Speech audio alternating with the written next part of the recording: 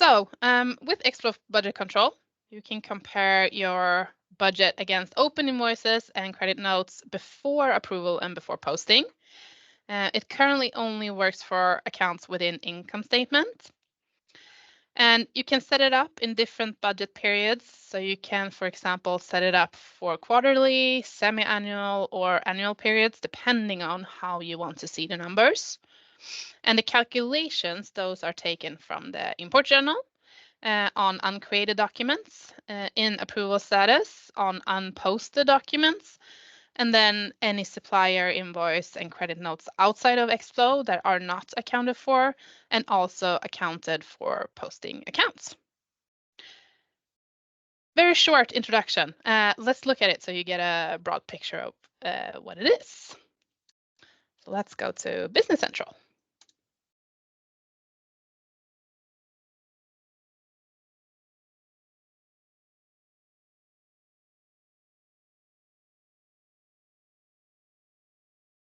Okay, so when you're going to activate ExFlow Budget Control, you can do this manually, or you can use our wizard.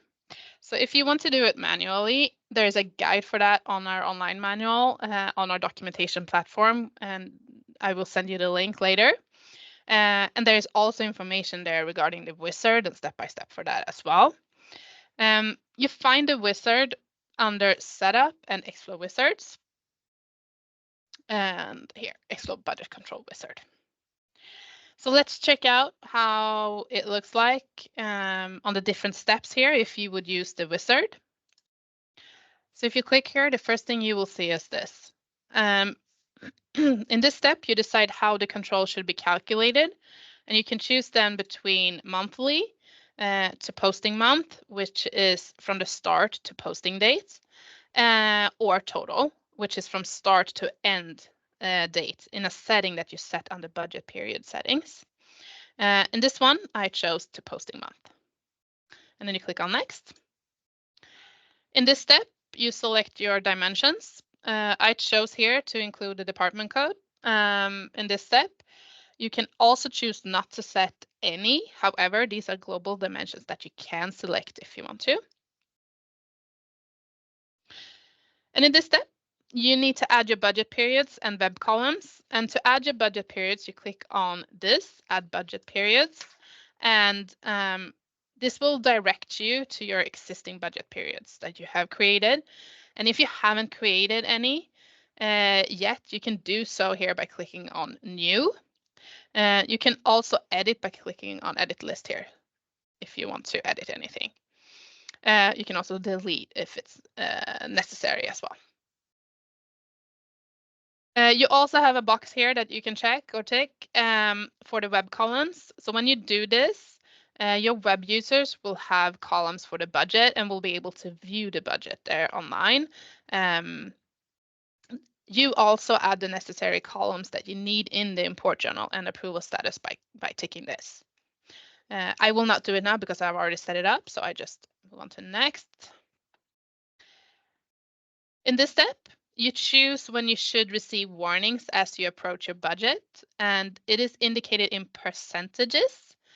So the information or the numbers in the budget columns that you will see in the import journal, for example, will be displayed in bold and black if you receive, if you reach this. I have set up 95%, for example, here.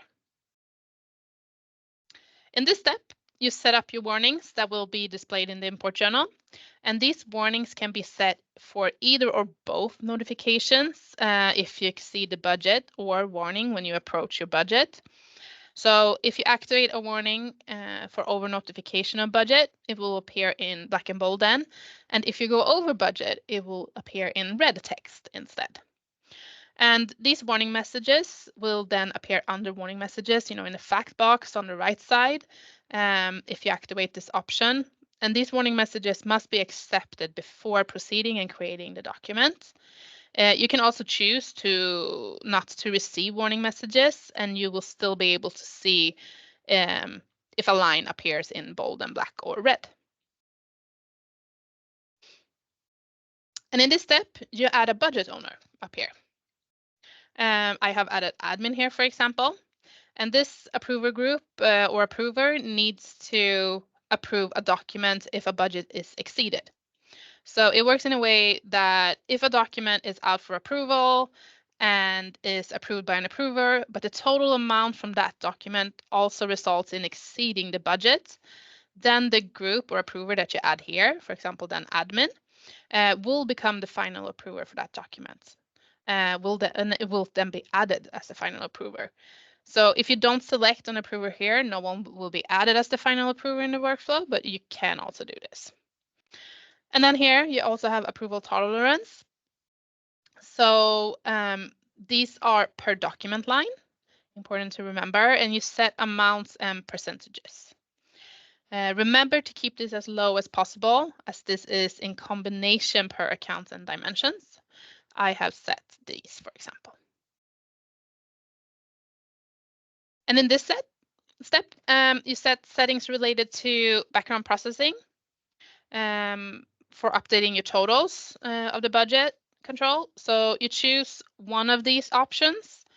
It compiles a summary of all posted transactions to prevent the system from becoming slow, for example. So with job queue, the first one here, the budget totals will be updated at selected intervals via a job. And the second one here with posting from approval status, the budget is updated when you post in the approval status. And then you click on next. And that is the complete, the end of the setup. So you have completed it and you click on finish before ending it. I will not do that now as I have already set up my budget. So I will just click up here, but if you want to finish your wizard, then you click here on finish. And now when you have set it up, you can view your settings under ExFlow G budget control setup. So if we search for that, you find yourself here. And here you can modify what you have set up. You can change your totals of what you have set up. You can view your periods and manually adjust settings and so forth. Yeah. Let's go to the import journal and see how it can look like when you work with budget control. And all the calculations here are based on the documents posted dates in my setup that I set for this company. So let's go here to the import journal. So first, on the lines here to the right, you have three columns. First, you have remaining budget amount, and then you have used budget percentage, and then budget detail status. The last column here is only used when you're working with deferrals or automatic account group to indicate if any of them exceed or stay within budget. You also have online here, show budget. So if you click here, you can see the information about the budget for the line you're on. And you can see here, for example, that I have a budget of 30,000. If you click on the amounts here, then you get even more information. So then here, for example, I can see the budget and the details of it. You can also see that I have some posted amounts and in the import journal, for example. And if you click on the amount here in the import journal, you get more details about that amount, and you can go even further. If you click here, you get the details of that document as well. So you can always click forward on the numbers to get more details.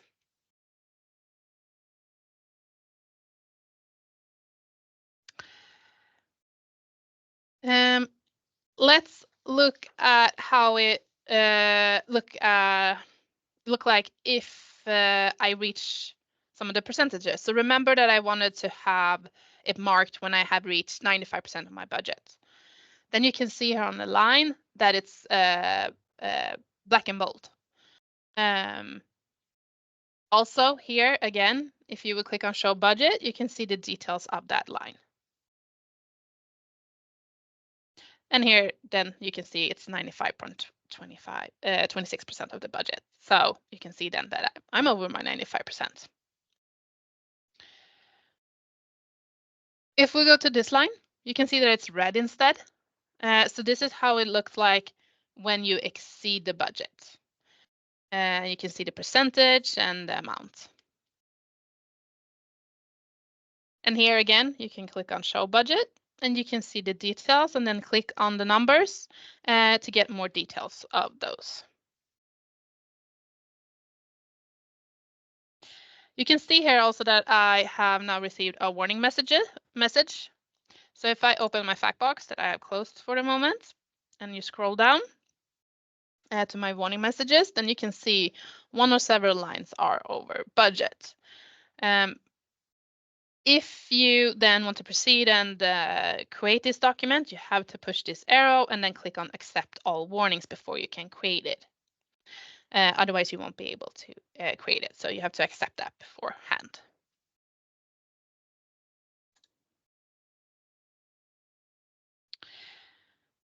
So if I now show you how it works if you use, for example, deferrals or automatic account group, let's add a deferral code.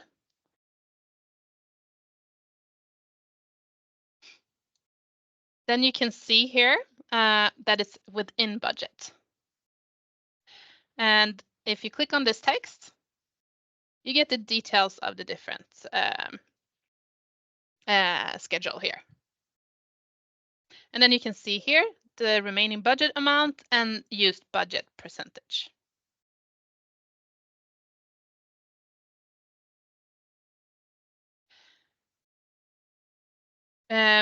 If you were to exceed the budget or fall within the warning, you will see it there as well, turning black or red as well. So let's see on this one as well. So here we have an example with other line types. We fetch the account from purchases in the general posting setup as well, and you can see other line types here, such as items. You can see resource, fixed asset, and charge items. And here, for example, then on fixed assets, on this line, you see that it's no budget control, and that is because it is a balance account. So that's the reason why you cannot see that. So those are some different examples how it can look like when you work with the different warnings and so forth. Let's go to the approval status to see how things work there. Here on the first line, we have a document, and you can see here the remaining budget amount. You can see the used budget percentage and the detailed columns here as well.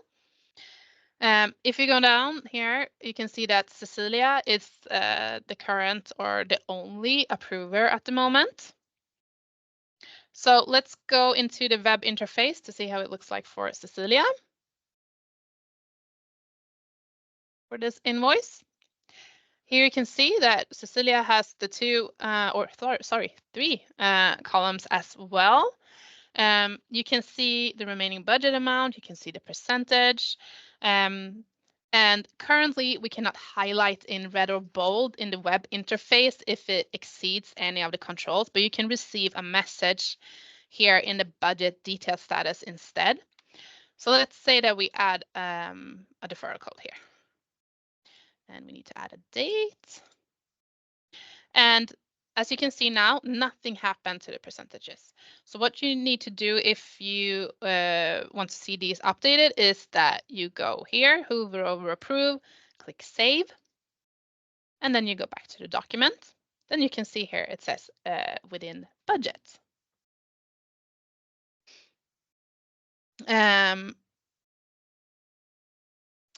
Let's take this one away and add a dimension instead. Let's add administration. And as you can see, nothing changed. So we go to save, and then we go back. And now you can see that it's actually over budget here instead. So let's approve this document. And let's go back to approval status.